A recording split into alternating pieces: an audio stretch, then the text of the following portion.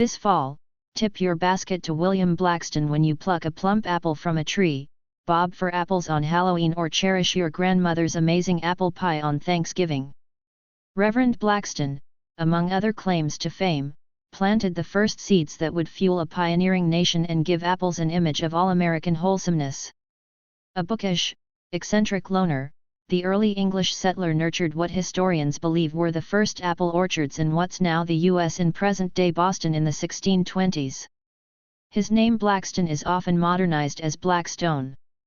A true pioneer, he settled Boston 5 years before the Puritans and Rhode Island a year before Roger Williams. Meet the American who cooked up frozen foods, adventurer and innovator Clarence Birdseye. There may be historical characters who did more than he did for apples in America, but he was certainly the first and at least the first known to bring this exotic crop to our shores, said John Bunker, an American apple expert, grower, and author. That's a pretty awesome legacy, added the New England apple enthusiast, who spoke to Fox News Digital this week while tracking down ancient trees in the woods of rural Maine. Our national heritage is flavored with references to the sweet, juicy fruit. America's biggest city is called the Big Apple. Wholesome institutions are as American as apple pie. Johnny Appleseed created an American legend spreading the gospel and the apple across the heartland. Yet the fruit is native to Central Asia, likely Kazakhstan. It had reached Europe at least by the time of ancient Greece and Rome. Apples quiz. How much do you know about this delicious fruit? Apples arrived in the Americas only after the explorations of Christopher Columbus sparked the greatest period of food fusion and cultural integration in world history. I look to have dwelt with my orchards and my books in undisturbed solitude. William Blaxton. The people of the New World, in addition to apples, soon savored Old World foods such as rice, onions, and coffee. Europeans, Asians, and Africans discovered Western Hemisphere flavors such as corn, potatoes and tomatoes. Julius Caesar never tasted tomato sauce, as one observer noted of the Roman diet before the Genoa-born Columbus landed in America. The restless Blaxton moved often and typically lived alone, though he did marry at age 64 and at age 65 had a son, John. He apparently preferred the acquaintance of his apple trees and his books to the company of people. I look to have dwelt with my orchards and my books in undisturbed solitude, reads a memorial to him today in Cumberland, Rhode Island, near the Blackstone River. Abandoned in the New World.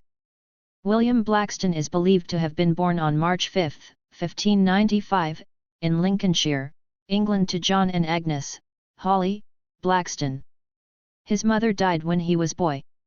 He was ordained by the Church of England in 1621, then lost his father the following year. Left on his own as a young man, and with news of English settlements in Jamestown and Plymouth trickling back to Britain, Blaxton set off for the New World as chaplain aboard the ship Catherine. William brought with him to the New World a large collection of books, approximately 186 in various languages, wrote Nathaniel Brewster Blackstone in a biography of the settler and his descendants. Blaxton arrived in Wessagusett, in what is now Weymouth, Massachusetts, just south of Boston in 1623. It was an ill-fated settlement. Captain Richard Gorges, who led the expedition, hastily returned to England. Blaxton stayed behind and ventured a few miles north to the Shawmut Peninsula, the site of present-day downtown Boston, in 1625. The Puritans, led by John Winthrop, arrived 5 years later. For several years before Winthrop came in 1630, William Blaxton constituted the entire population of this peninsula, to which attached the name of Boston, the Bostonian Society claimed in an 1860 presentation. He was kind of an eccentric, Russell Stephen Powell, executive director of the New England Apple Association, told Fox News Digital. Powell has written 2 books about the fruit, America's Apple and Apples of New England.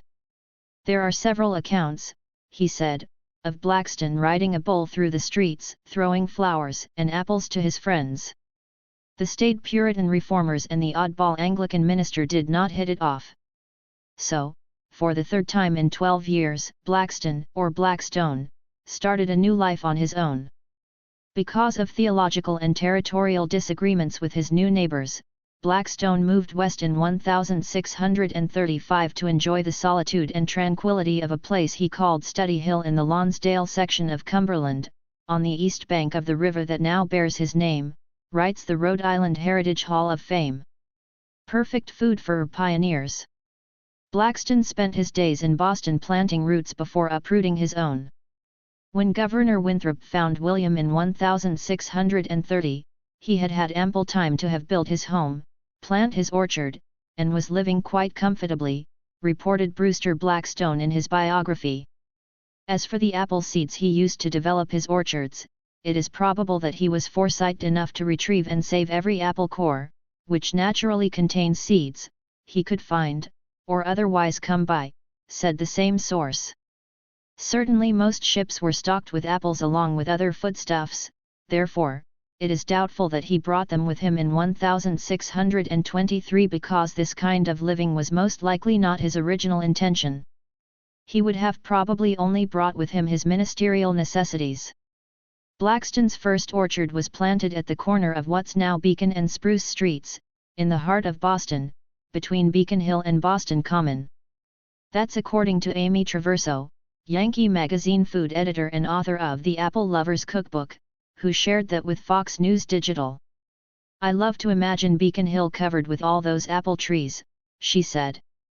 Blackstone planted his apple orchards from seed, according to all reports, while controlled varietals are grown by grafting.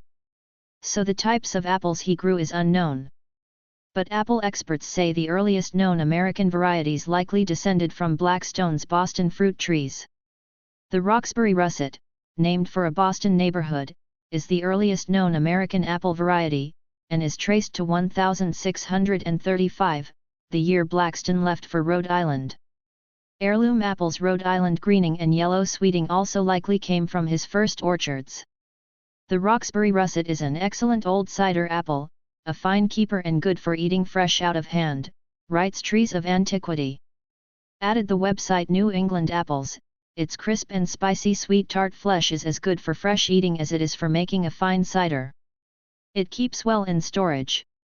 Apples could also be dried, baked, distilled into vinegar or, most commonly in colonial times, fermented into cider.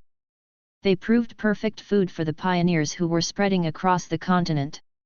They also gave the Europeans who arrived in America, and eventually the Americans who settled new homes across the continent, a much-needed reminder of home. William Blackstone died on May 26, 1675, in Cumberland, the Rhode Island town he first settled in 1635. The name Blackstone remains common throughout Massachusetts and Rhode Island. The land he sold to the Puritans became Boston Common, founded in 1634, just before he left the Shawmut Peninsula. It is the oldest public park in America today. It predates Central Park in New York City, for example, by 224 years. Boston boasts a downtown Blackstone Street, a Blackstone Grill and a Blackstone Elementary School. The Blackstone River, which meanders through both Massachusetts and Rhode Island, is named for him. It became a critical power provider in the early days of the Industrial Revolution.